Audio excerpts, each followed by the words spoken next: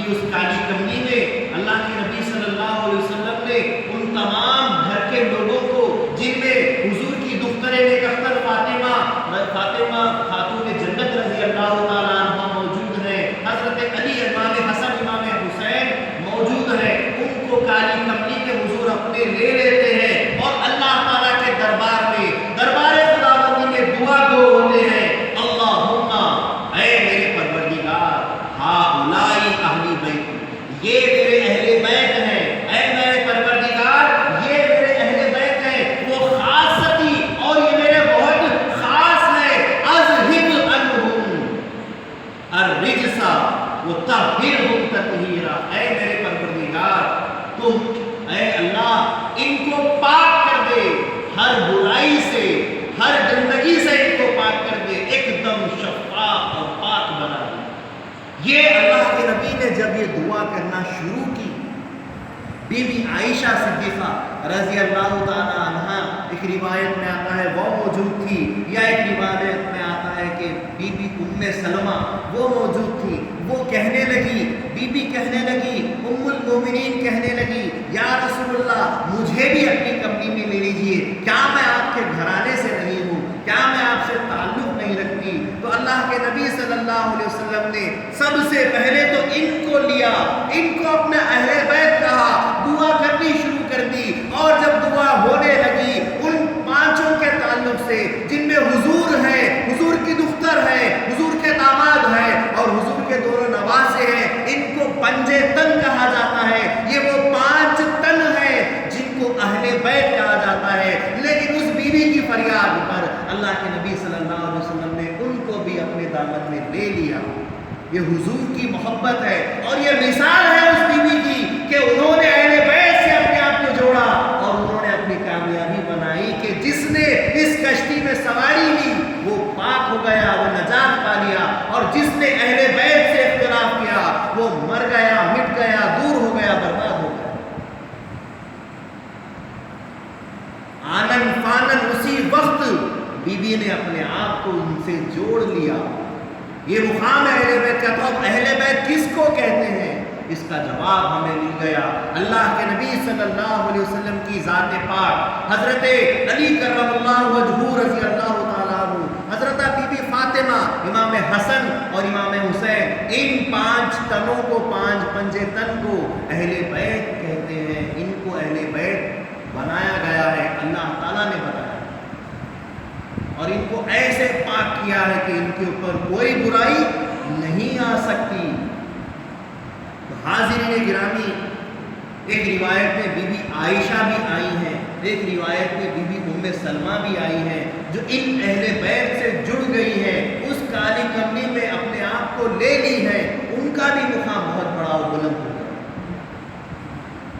یہ اہل بیت کا مقام۔ اب ہم اگر اہل بیت کو جانے سمجھے تب جا کر امام حسین کا مقام سمجھ میں آئے۔ امام حسین رضی اللہ تعالیٰ عنہ کی سوانح، ان کی زندگی، ان کی سیرت، ان کا عمل، ان کی عبادت، ان کی شہادت اس وقت سمجھ میں آئے گی جب ان کا جوڑ حضور سے سمجھ میں آئے گا کہ ان کا تعلق حضور صلی اللہ علیہ وسلم سے کیسا ہے، ان کا تعلق، ان کی نسبت حضور سے کیسی ہے۔ وہ نواز رسول ہے، فرزند رسول ہے، لیکن اس کے ساتھ ساتھ وہ اہل بیت ہیں، وہ اللہ تبارک و تعالیٰ کے ایسے برگزیدہ بندے ہیں۔ حضور صلی اللہ علیہ وسلم کی آنکھوں کی ٹھنڈک ہے، حضور صلی اللہ علیہ وسلم کے گلشن کے پھول ہیں جن کو حضور سونگا کرتے تھے، وہ تعلق ہے امام حسین رضی اللہ تعالیٰ عنہ کا نبی مکرم صلی اللہ علیہ وسلم سے۔ حاضرین گرامی، بی بی عائشہ صدیقہ رضی اللہ تعالیٰ عنہ کا ذکر ہوا، کون ہے؟ جنہوں نے اپنے آپ کو پنجے تن سے جوڑ لیا، جنہوں نے اس کشتی میں سواری لے لی ہے، جنہوں نے پنجے تن کے ساتھ اپنا تعلق بنایا ہے، تو وہ بی بی کا مقام کیا ہوا ہے؟ بی بی عائشہ صدیقہ رضی اللہ تعالی عنہ ام المومنین کا مقام کیا ہے؟ ایک مرتبہ کا واقعہ ہے، ان سے سیکھنا ہے، ان کو دیکھ کر سمجھنا ہے، ان کو پڑھ کر جاننا ہے، اور یہ اسلام ہے، یہ ہمارے بزرگان دین کا کردار ہے، یہ اے بیویوں، یہ ہمارے اوپر کی بیویوں کا کردار ہے جن کو تمہیں سیکھنا ہے۔ اے بچوں، یہ امام حسین رضی اللہ تعالیٰ عنہ کی بچگانہ زندگی ہے جس کو تمہیں سن کر سیکھنا ہے۔ اے بزرگوں، اللہ کے نبی صلی اللہ علیہ وسلم کے گھرانے کے بزرگوں کا تمہیں جو ہے سو تذکرہ سننا ہے اور سیکھنا ہے کہ تم بھی اس کی عمروں کے۔ حاضرین گرامی، بی بی عائشہ صدیقہ رضی اللہ تعالیٰ عنہ اللہ کے نبی صلی اللہ علیہ وسلم کی بیوی ہیں، ازواج مطہرات میں سے ہیں، ام المؤمنین ہیں۔ ایک مرتبہ بی بی عائشہ صدیقہ رضی اللہ تعالیٰ عنہ کے پاس 80,000 درہم آئے. کتنے؟ 80,000 درہم. بی بی عائشہ صدیقہ رضی اللہ تعالیٰ عنہ سب کا سب خیرات کر دیتی, گھر کے باہر تشریف لے جاتی ہے اور غربا میں فقراء میں سب میں تقسیم کر دیتی ہے اور بالکل ہاتھ جھٹک کر واپس آ جاتی ہے. ایک اور دوسری روایت میں آیا, حضرت عبداللہ ابن زبیر رضی اللہ تعالیٰ عنہ روایت کرتے ہیں کہ ایک مرتبہ بی بی عائشہ صدیقہ رضی اللہ تعالیٰ عنہ کے پاس 100,000 دینار یعنی 1,00,000 دینار آئے, اور 1,00,000 دینار آنے کے بعد بی بی عائشہ صدیقہ رضی اللہ تعالیٰ عنہ نے وہی عمل کیا, پھر دروازے کے باہر نکلی اور سب کا سب خیرات کر دی. خیرات کرنے کے بعد جب واپس آنے لگی دربار میں, گھر میں, تو گھر کی باندی کہتی ہے اے بی بی آپ روزے سے ہیں, آپ روزہ دار ہیں, آپ روزے سے ہیں, 1 دن ہم کو بچا لینا تھا تاکہ افطاری کا کچھ انتظام ہو جائے. تو بی بی کیا کہتی ہے کہ جذبہ سخاوت میں مجھے یہ خیال نہیں رہا کہ میرے اوپر بھی روزہ ہے اور مجھے بھی گھر میں ضرورت ہے. یہ بی بی کا اوصاف ہے, یہ ان کا کردار ہے. ایسی اللہ والی صفت بی بی ہے بی بی عائشہ صدیقہ رضی اللہ تعالیٰ عنہ, جنہوں نے کوئی چیز نہیں رکھی اپنے لیے, سب کا سب خیرات کیا. یہ حضور صلی اللہ علیہ وسلم کا کردار ہے. اللہ کے نبی صلی اللہ علیہ وسلم نے ایک مرتبہ کیا ارشاد فرمایا تھا, اللہ یعطی و انا قاسم, اللہ عطا کرتا ہے میں تقسیم کرتا ہوں. یہ حضور کی صفت ہے, اور ان کے ساتھ چونکہ بی بی جڑ چکی ہے, ان کی سنگت ان کی کملی میں آ چکی ہے, تو بی بی کا یہ کردار ہے کہ انہوں نے بھی اسی سخاوت کو اپنایا اور سب کچھ لٹا دیا, اپنے لیے کچھ نہ رکھا.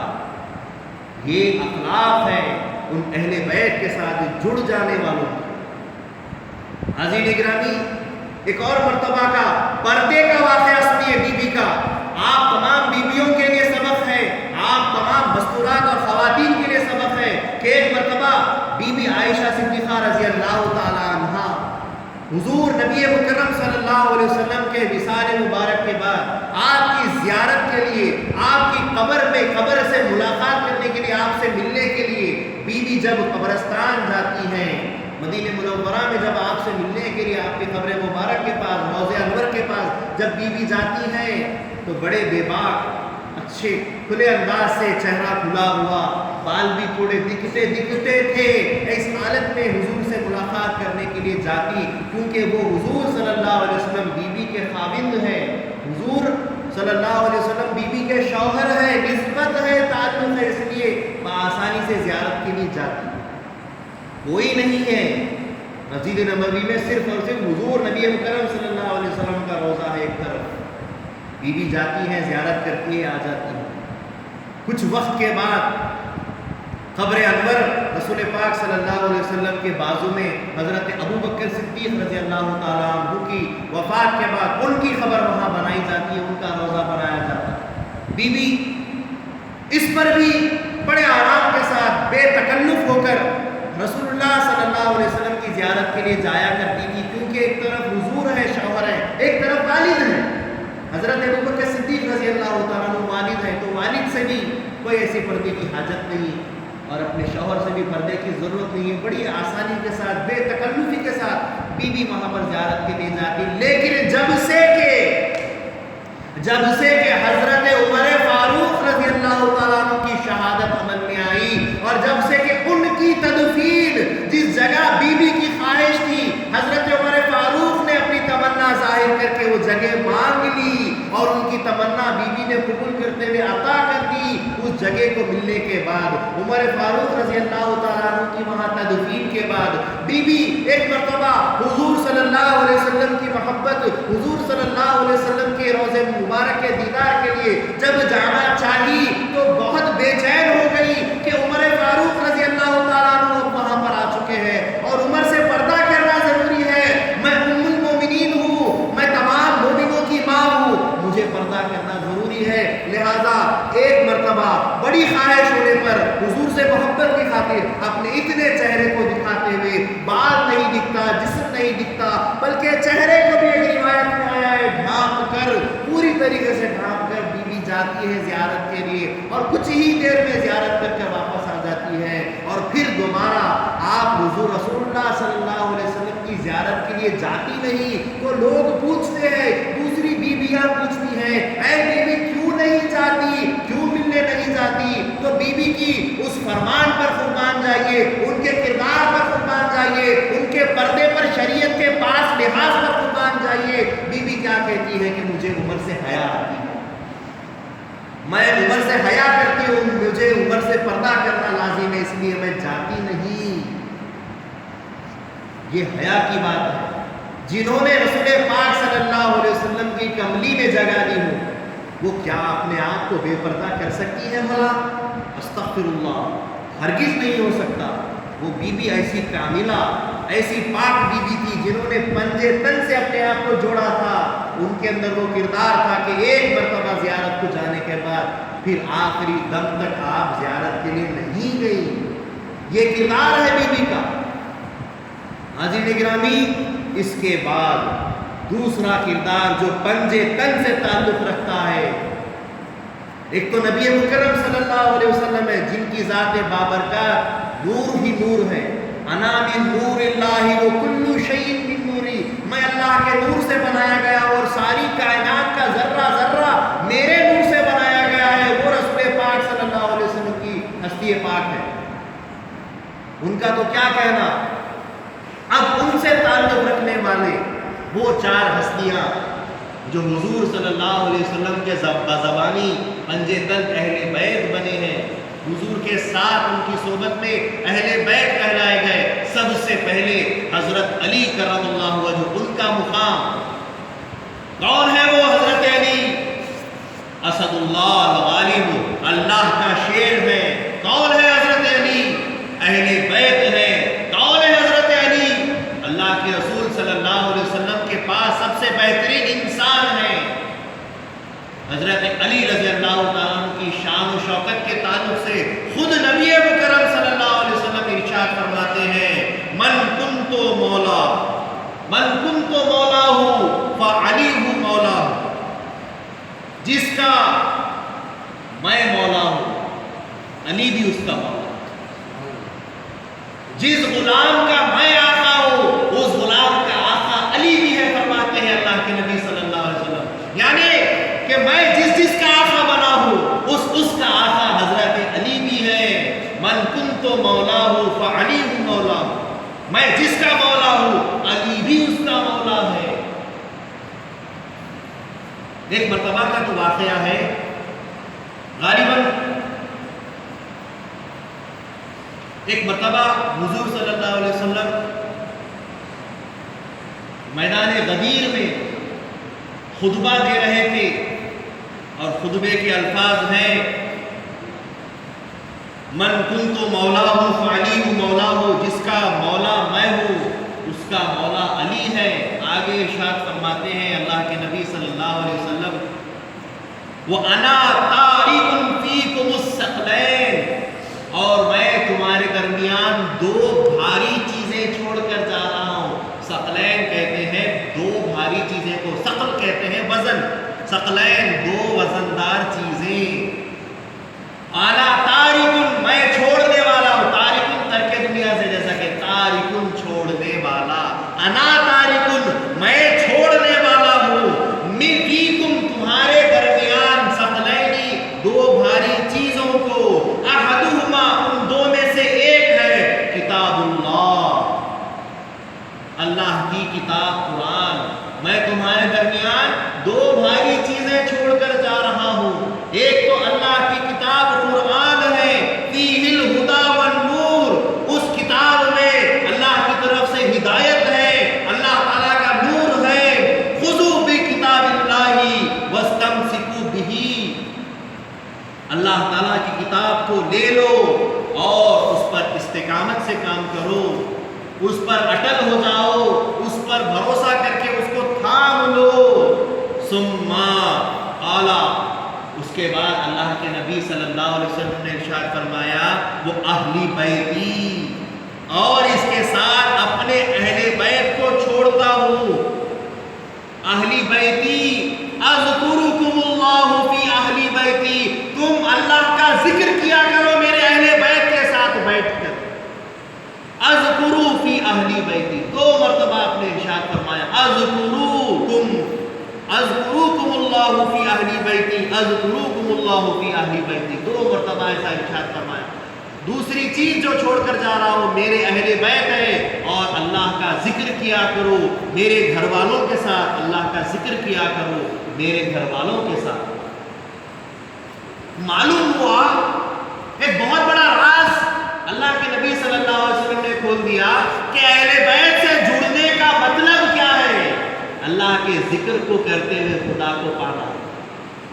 اللہ کا ذکر کیا کرو میرے اہل بیت کے ساتھ بیٹھ کر. ان کے ساتھ جڑنے کا مقصد یہ نہیں ہے کہ دنیا کی کامیابی ہو جائے گی. ان کے ساتھ جڑنے کا مقصد یہ نہیں ہے کہ زمین جائیداد دولت آ جائے گی. ان کے ساتھ جڑنے کا مقصد یہ ہے کہ اللہ کو صحیح ڈھنگ سے یاد کرنے والے بن جاؤ گے، اور ہو سکتا ہے کہ خدا مل جائے، دیدار خدا ہو جائے. حاضرین گرامی، یہ بہت سوچنے والی بات ہے کہ ہم کیا کر رہے ہیں. اسی طریقے سے یہ اہل بیت کا مقام بتایا جا رہا ہے، اور اس کے اندر سب سے پہلے حضرت علی کرم اللہ وجہہ کا مقام بتایا گیا کہ جس کا آقا میں ہوں اس کا آقا علی بھی ہے. اور حجۃ الوداع حضور نبی مکرم صلی اللہ علیہ وسلم کے آخری حج کے وقت جب حضور نے خطبہ دیا اور خطبے میں کہا یا ایھا الناس، اے لوگو، انی ترکت فیکم، بے شک میں نے تمہارے درمیان چھوڑ دیا ہے، ما ان اخذتم بہ لن تزلوا، اگر تم ان کو تھام لو گے تو کبھی نہیں بھٹکو گے. تزلوا ضلالت سے، ولا الضالین جو ہم پڑھتے ہیں، لن تزلوا، تم ہرگز نہیں گمراہ ہوگے. میں جن چیزوں کو تمہارے درمیان چھوڑ کر جا رہا ہوں وہ چیز اگر پکڑ لو گے تو کبھی گمراہ نہیں ہوگے.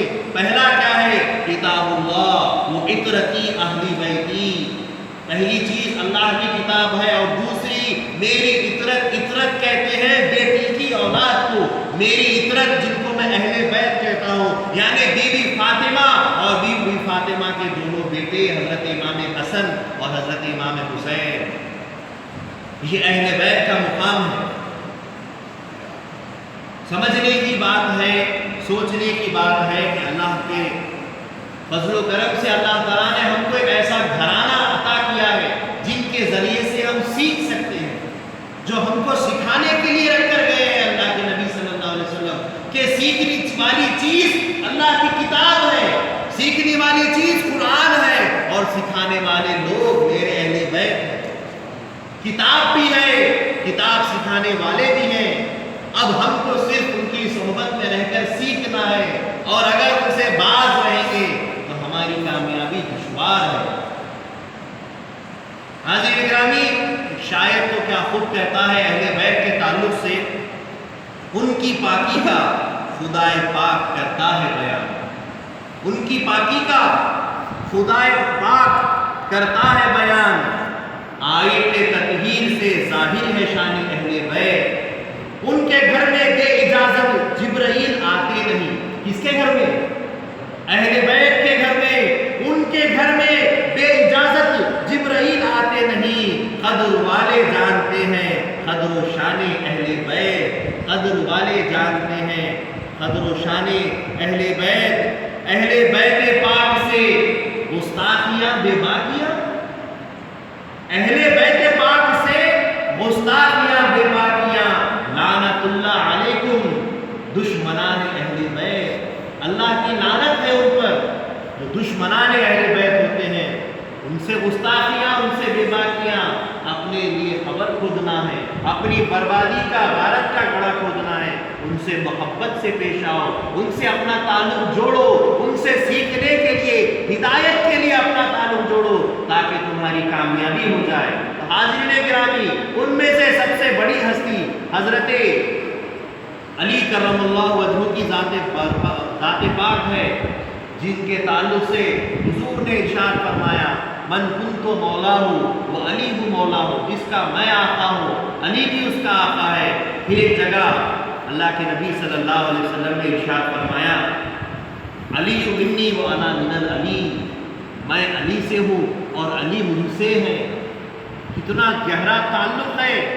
حضور صلی اللہ علیہ وسلم اہل بیت کی تعریف کر رہے ہیں، اس گھرانے کو بتا رہے ہیں، عام لوگوں تک بات پہنچا رہے ہیں کہ سن لو کہ اہل بیت کے فرد فرد کا مقام کیا ہے، ایک ایک انسان کا مقام کیا ہے۔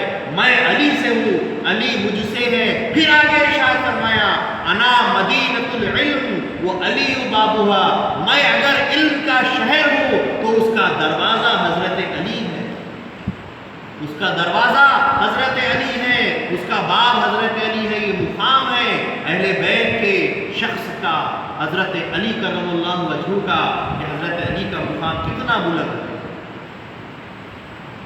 حاضرین گرامی، دوسری شخصیت ہے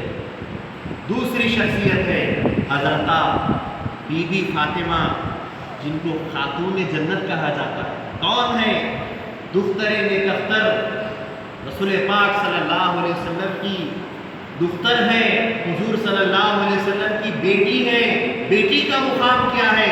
اللہ کے نبی صلی اللہ علیہ وسلم نے اپنی زبان سے ارشاد فرمایا کہ یہ خاتون جنت ہے، یہ میری بیٹی اہل بیت کا وہ مقام رکھتی ہے، یہ میری بیٹی اللہ تبارک و تعالیٰ کا وہ فضل رکھتی ہے کہ یہ تمام عورتوں میں جنت کی سردارہ ہے، جنت کی ملکہ ہے، خاتون جنت ہے۔ تمام عورتوں کو یہ سردار بن کر جنت میں لے کر جائے گی۔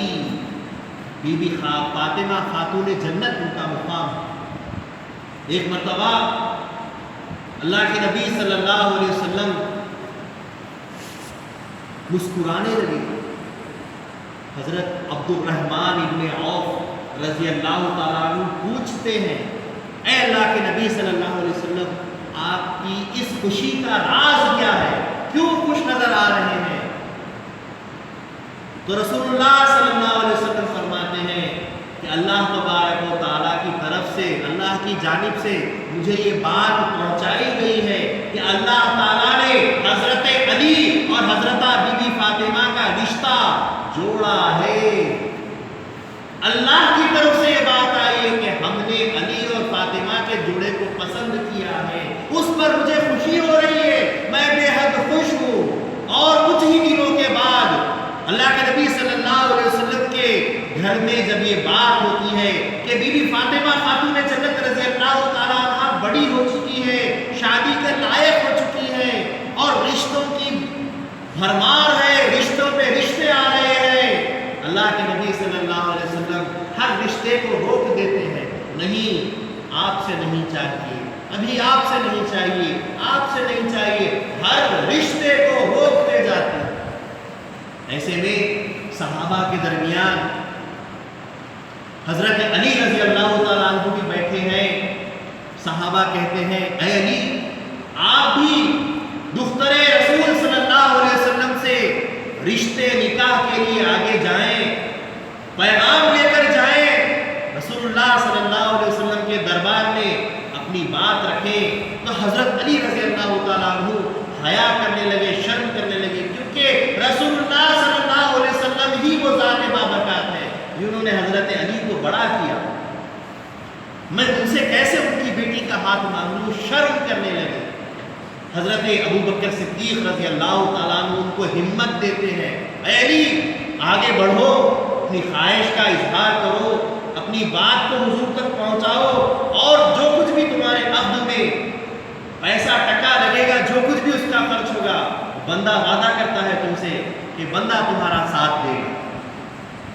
حضرت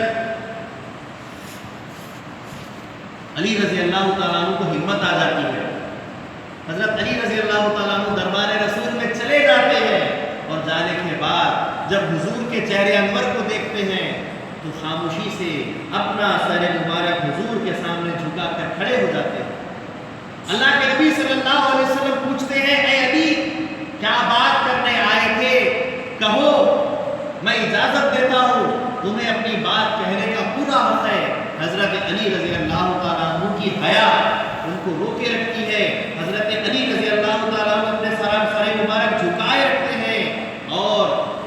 پھر سے اللہ کے نبی پوچھتے ہیں آپ کو پوری اجازت ہے اپنی بات کہنے کا؟ تو حضرت علی رضی اللہ تعالیٰ عنہ اپنے بات کو، اپنی خواہش کو اظہار کرتے ہیں کہ میں دفتر نبی صلی اللہ علیہ وسلم کا ہاتھ مانگنے کے لیے آیا ہوں۔ اللہ کے نبی صلی اللہ علیہ وسلم بے حد خوش ہو جاتے ہیں اور اسی جملے پر دوسرا جملہ منظوری کا دے دیتے ہیں کہ میں بہت خوش ہوں اور میں نے آپ سے اپنی دفتر کا رشتہ منظور کیا۔ اور کتنے پیسوں میں اللہ کے نبی صلی اللہ علیہ وسلم نے اپنی دفتر نکہتر کا مہر مانگا؟ صرف 40 درہم چاندی، 40 درہم چاندی پر مہر رکھ کر مسجد نبوی میں اللہ کے نبی صلی اللہ علیہ وسلم نے حضرت علی کا نکاح پڑھایا۔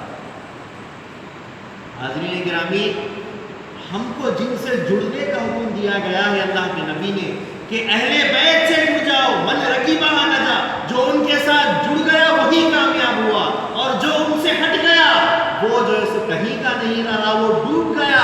اہل بیت کی مثالی شادی بی بی فاطمہ خاتون جنت کی شادی ہے، اور ان کی شادی مسجد میں ہوئی ہے، ان کا نکاح مسجد میں ہوا ہے۔